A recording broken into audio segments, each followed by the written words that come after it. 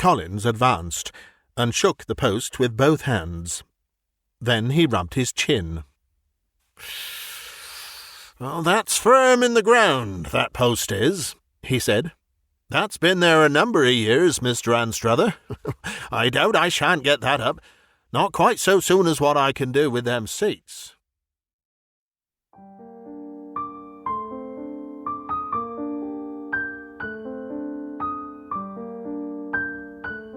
Hello and welcome to Bitesized Audio, classic unabridged short stories.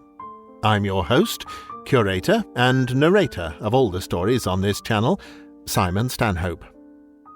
Today's story is another tale from the early 20th century master of the English ghost story, M.R. James.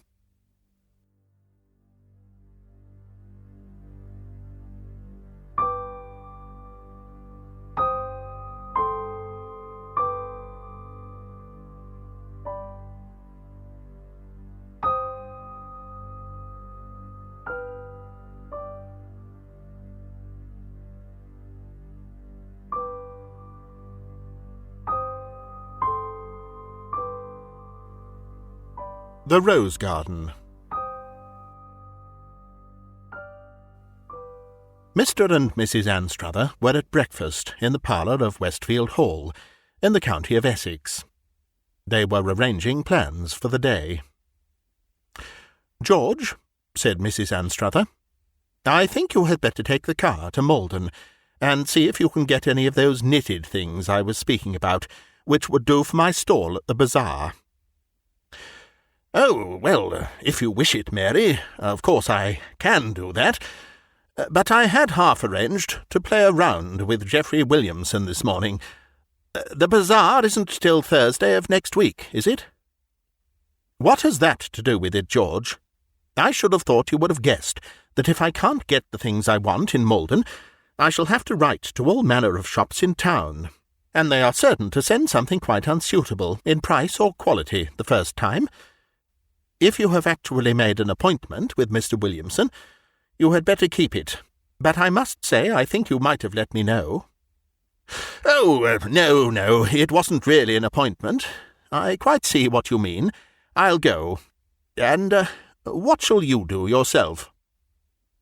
"Why, when the work of the house is arranged for, I must see about laying out my new rose garden. By the way, before you start for Malden, I wish you would just take Collins to look at the place I fixed upon. You know it, of course." "Well, I'm not quite sure that I do, Mary. Is it at the upper end, towards the village?" "Good gracious, no, my dear George. I thought I had made that quite clear.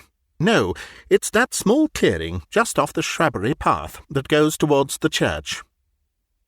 "Oh, yes, where we were saying there must have been a summer-house once. The place with the old seat and the posts. But do you think there's enough sun there?" "My dear George, do allow me some common sense, and don't credit me with all your ideas about summer-houses. Yes, there will be plenty of sun when we have got rid of some of those box bushes. I know what you are going to say, and I have as little wish as you to strip the place bare. All I want Collins to do is to clear away the old seats and the posts and things before I come out in an hour's time, and I hope you will manage to get off fairly soon. After luncheon, I think I shall go on with my sketch of the church, and, if you please, you can go over to the links, or— a good idea, very good. Yes, you finish that sketch, Mary, and I should be glad of a round. I was going to say you might call on the bishop, but I suppose it is no use my making any suggestion. And now do be getting ready, or half the morning will be gone." Mr. Anstruther's face, which had shown symptoms of lengthening, shortened itself again, and he hurried from the room, and was soon heard giving orders in the passage. Mrs. Anstruther, a stately dame of some 50 summers, proceeded, after a second consideration of the morning's letters, to her housekeeping. Within a few minutes, Mr. Anstruther had discovered Collins in the greenhouse, and they were on their way to the site of the projected rose garden.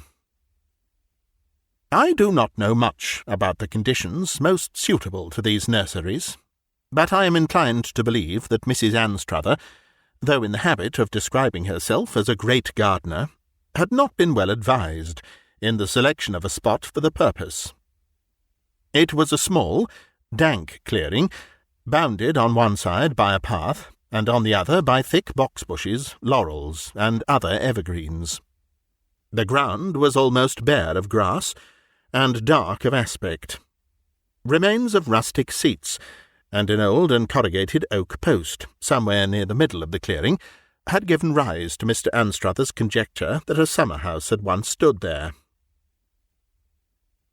Clearly Collins had not been put in possession of his mistress's intentions with regard to this plot of ground, and when he learnt them from Mr. Anstruther, he displayed no enthusiasm. "Of course I could clear them seats away soon enough," he said. "They aren't no ornament to the place, Mr. Anstruther, and rotten too. Look here, sir," and he broke off a large piece. "Rotten right through. Yes, clear them away, to be sure we can do that." "And the post," said Mr. Anstruther. "That's got to go too."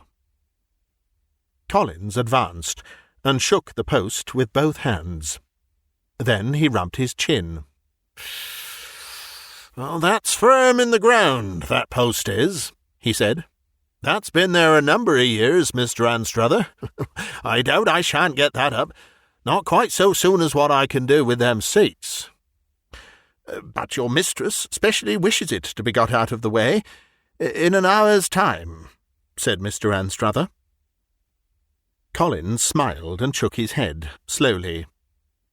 "You'll excuse me, sir, but you feel of it for yourself. No, sir, no one can't do what's impossible to 'em, can they, sir? I could get that post up by after tea time, sir, but that'll want a lot of digging.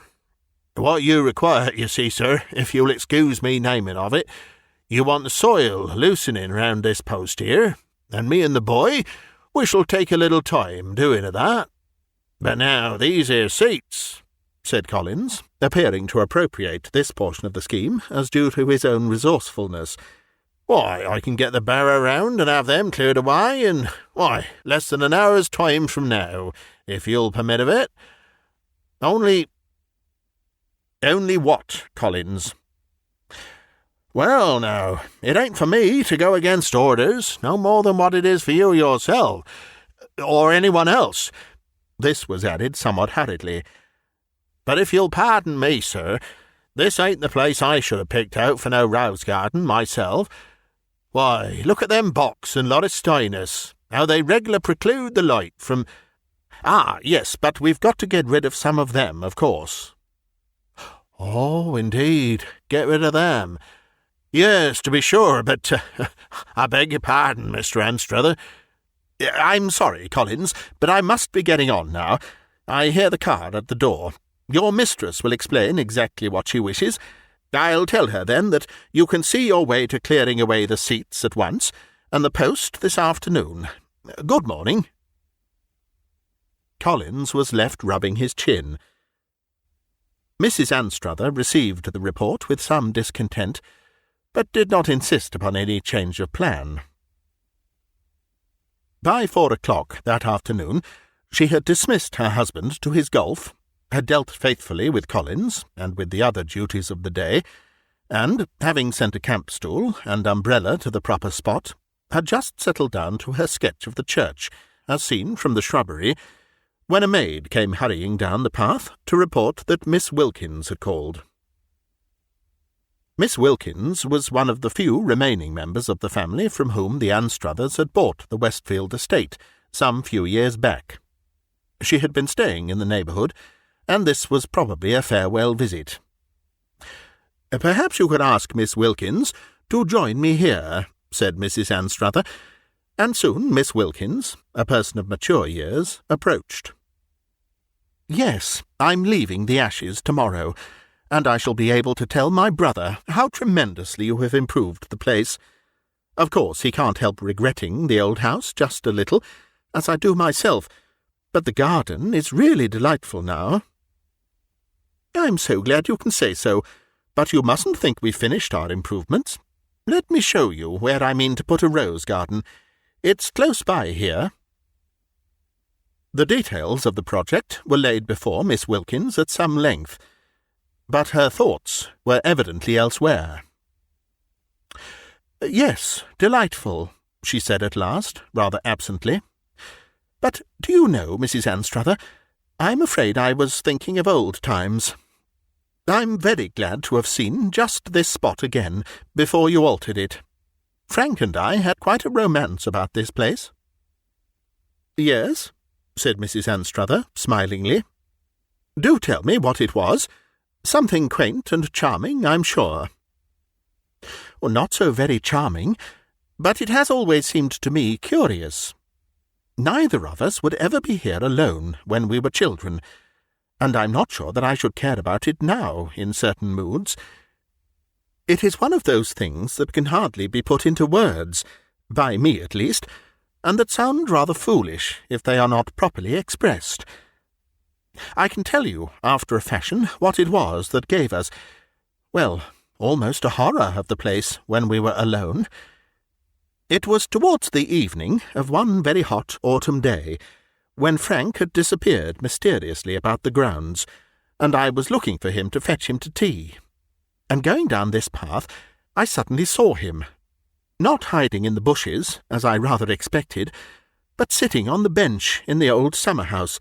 There was a wooden summer-house here, you know, up in the corner, asleep, but with such a dreadful look on his face that I really thought he must be ill, or even dead. I rushed at him and shook him and told him to wake up, and wake up he did, with a scream. I assure you the poor boy seemed almost beside himself with fright. He hurried me away to the house, and was in a terrible state all that night, hardly sleeping. Someone had to sit up with him, as far as I remember. He was better very soon, but for days I couldn't get him to say why he had been in such a condition. It came out at last that he had really been asleep, and had had a very odd, disjointed sort of dream. He never saw much of what was around him, but he felt the scenes most vividly. First he made out that he was standing in a large room, with a number of people in it, and that someone was opposite to him, who was very powerful, and he was being asked questions, which he felt to be very important, and whenever he answered them, someone, either the person opposite to him, or someone else in the room, seemed to be, as he said, making something up against him. All the voices sounded to him very distant, but he remembered bits of the things that were said. "Where were you on the 19th of October?" and "Is this your handwriting?" and so on. I can see now, of course, that he was dreaming of some trial. But we were never allowed to see the papers, and it was odd that a boy of 8 should have such a vivid idea of what went on in a court. All the time he felt, he said, the most intense anxiety and oppression and hopelessness, though I don't suppose he used such words as that to me. Then, after that, there was an interval in which he remembered being dreadfully restless and miserable, and then there came another sort of picture, when he was aware that he had come out of doors on a dark, raw morning, with a little snow about. It was in a street, or at any rate among houses, and he felt that there were numbers and numbers of people there too, and that he was taken up some creaking wooden steps, and stood on a sort of platform. But the only thing he could actually see was a small fire burning somewhere near him. Someone who had been holding his arm left hold of it and went towards this fire. And then, he said, the fright he was in was worse than at any other part of his dream, and if I had not wakened him, he didn't know what would have become of him. A curious dream for a child to have, wasn't it? Well, so much for that. It must have been later in the year that Frank and I were here, and I was sitting in the arbour, just about sunset. I noticed the sun was going down, and told Frank to run in and see if tea was ready, while I finished a chapter in the book I was reading. Frank was away longer than I expected, and the light was going so fast that I had to bend over my book to make it out. All at once I became conscious that someone was whispering to me inside the arbour. The only words I could distinguish, or thought I could, were something like, "Pull, pull, I'll push, you pull." I started up in something of a fright.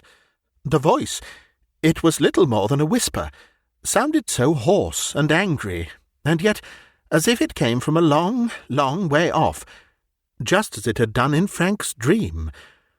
But though I was startled, I had enough courage to look round and try to make out where the sound came from, and this sounds very foolish, I know, but still it is the fact.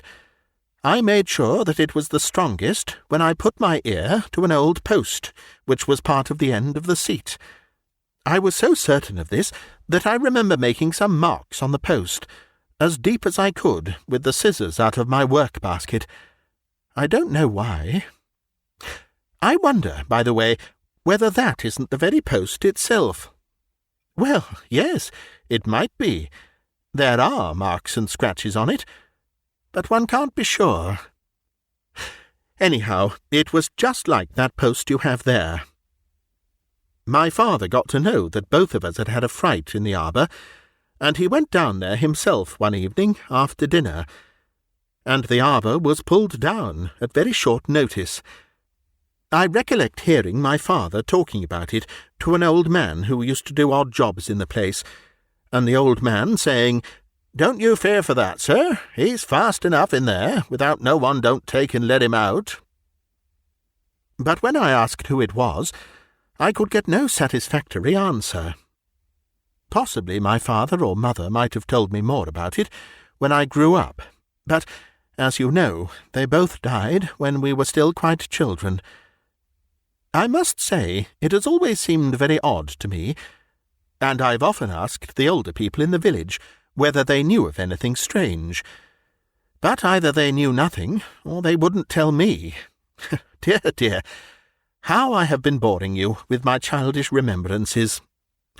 But indeed, that arbour did absorb our thoughts quite remarkably for a time.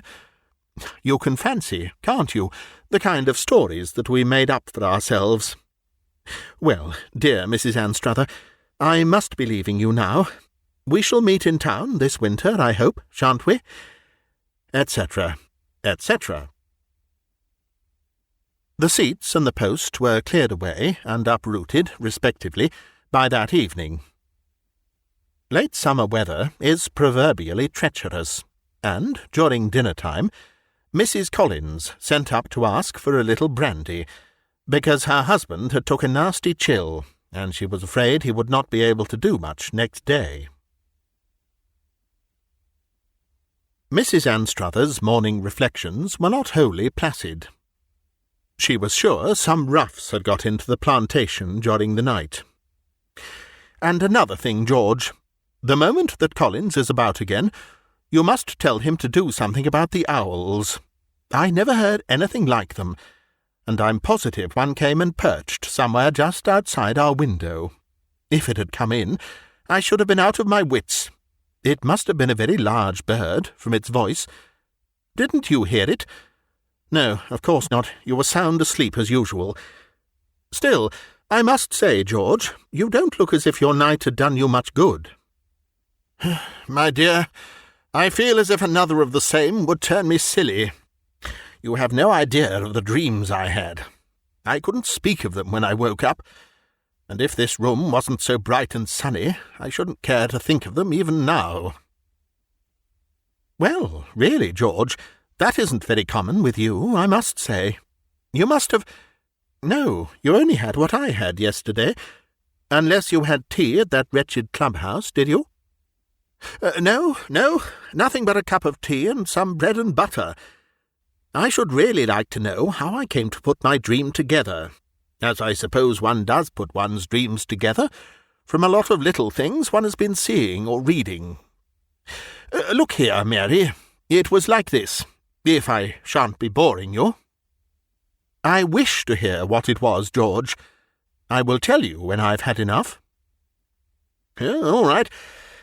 I must tell you that it wasn't like other nightmares in one way, because I didn't really see anyone who spoke to me or touched me, and yet I was most fearfully impressed with the reality of it all. First, I was moving about in an old-fashioned sort of panelled room. I remember there was a fireplace and a lot of burnt papers in it, and I was in a great state of anxiety about something. There was someone else, a servant, I suppose, because I remember saying to him, "Horses, as quick as you can," and then waiting a bit, and next I heard several people coming upstairs, and a noise like spurs on a boarded floor, and then the door opened, and whatever it was that I was expecting happened. Yes, but what was that? You see, I couldn't tell. It was the sort of shock that upsets you in a dream. You either wake up, or else everything goes black. That was what happened to me. Then I was in a big, dark-walled room, panelled, I think, like the other, and a number of people, and I was evidently standing your trial, I suppose, George? Goodness, yes, Mary, I was. But did you dream that too? How very odd. No, I didn't get enough sleep for that. Go on, George, and I will tell you afterwards. Yes, well, I was being tried for my life, I've no doubt, from the state I was in. I had no one speaking for me, and somewhere there was a most fearful fellow, on the bench, I should have said, only that he seemed to be pitching into me most unfairly, and twisting everything I said, and asking most abominable questions. What about? Why, dates when I was at particular places, and letters I was supposed to have written, and why I had destroyed some papers. And I recollect his laughing at answers I made in a way that quite daunted me. It doesn't sound much, but I can tell you, Mary, it was really appalling at the time. I'm quite certain there was such a man once, and a most horrible villain he must have been. The things he said— Thank you, I have no wish to hear them. I can go to the links any day myself. How did it end? Oh, against me. He saw to that. I do wish, Mary, I could give you a notion of the strain that came after that, and seemed to me to last for days, waiting and waiting, and sometimes writing things I knew to be enormously important to me, and waiting for answers, and none coming. And after that I came out. Ah! What makes you say that?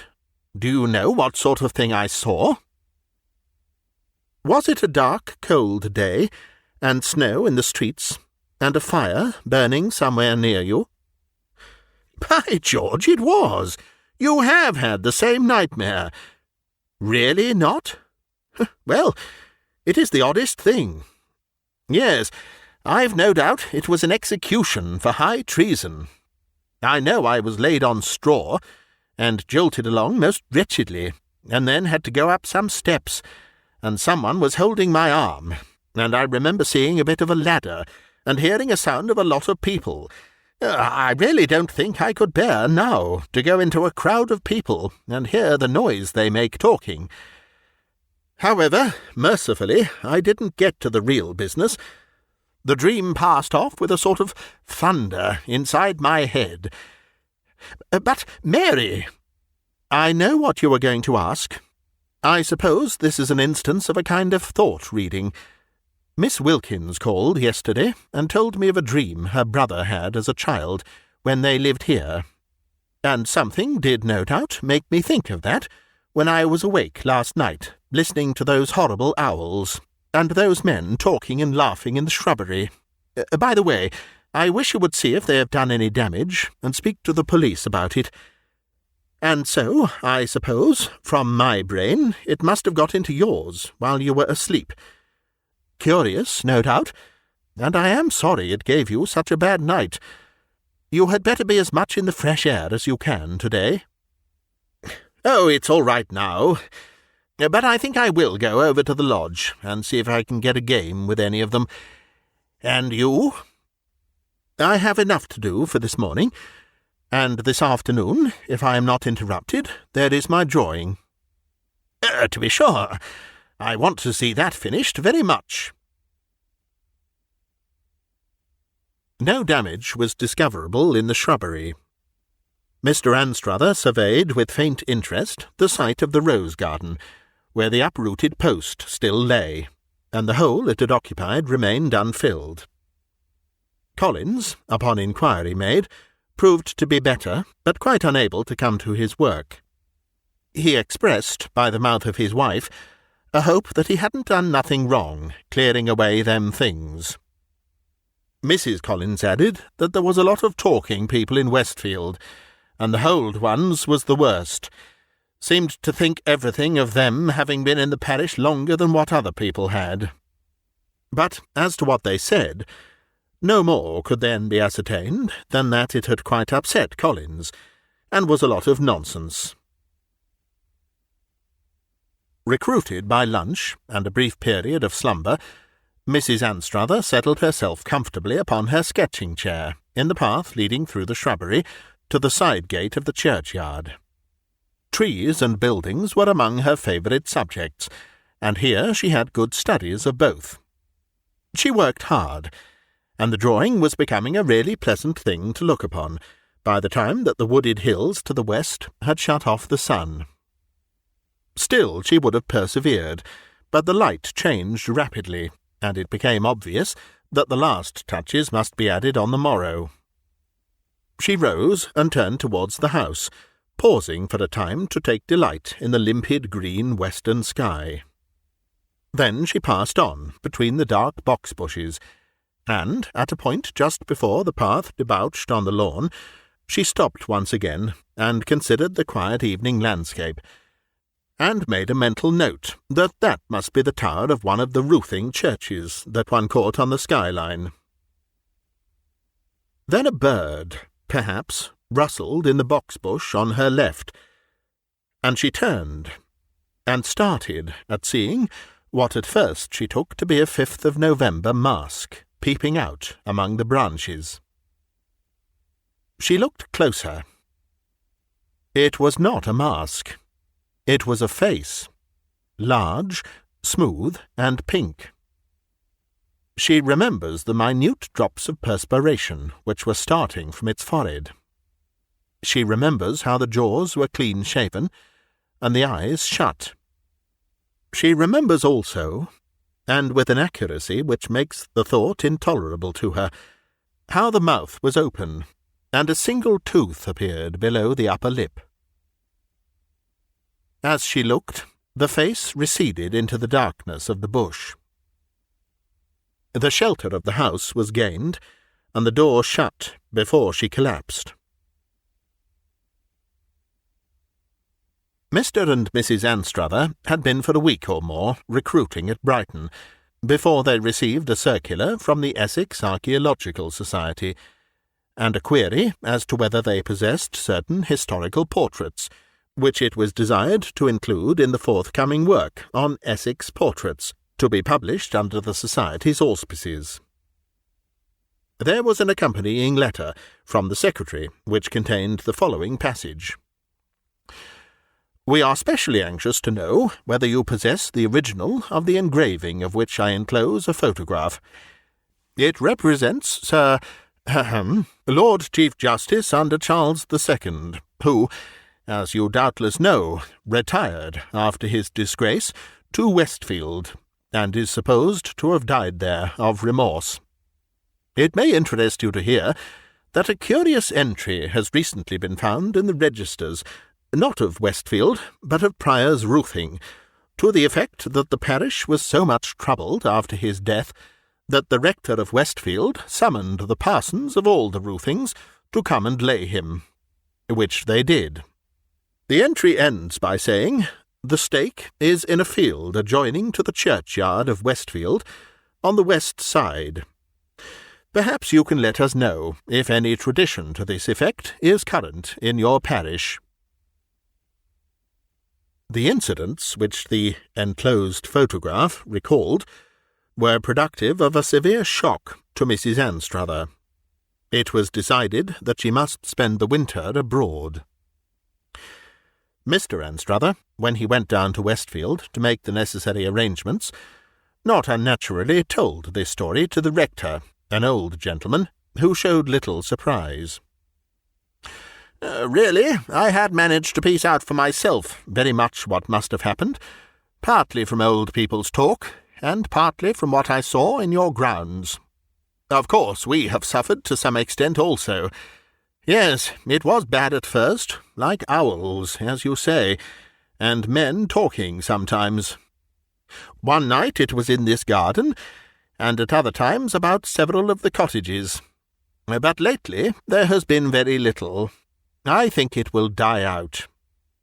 There is nothing in our registers except the entry of the burial, and what I for a long time took to be the family motto. But last time I looked at it, I noticed that it was added in a later hand, and had the initials of one of our rectors, quite late in the 17th century, A.C., Augustine Crompton. Here it is, you see, Quieta non movere. I suppose... Well, it is rather hard to say exactly what I do suppose.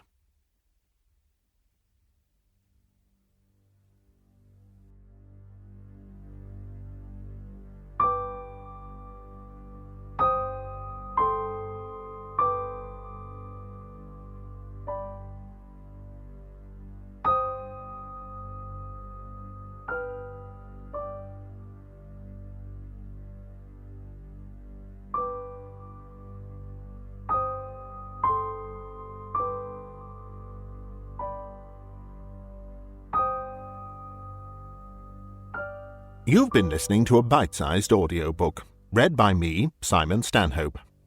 If you enjoy this content, please subscribe, click like, leave a comment if you'd like to, and do check out my playlists and podcast series of more than 200 past recordings if you'd like to hear more. If you'd like to help me to keep producing new content, you can find links on screen now or in the video description to my Patreon page, or to buy me a coffee, or join as a channel member here on YouTube. Another great way to support me is via Bandcamp, bitesizedaudio.bandcamp.com, where you can subscribe for extra content, as well as purchase and download high-quality audio files to keep. This recording is copyright Bitesized Audio 2026. Thank you for listening.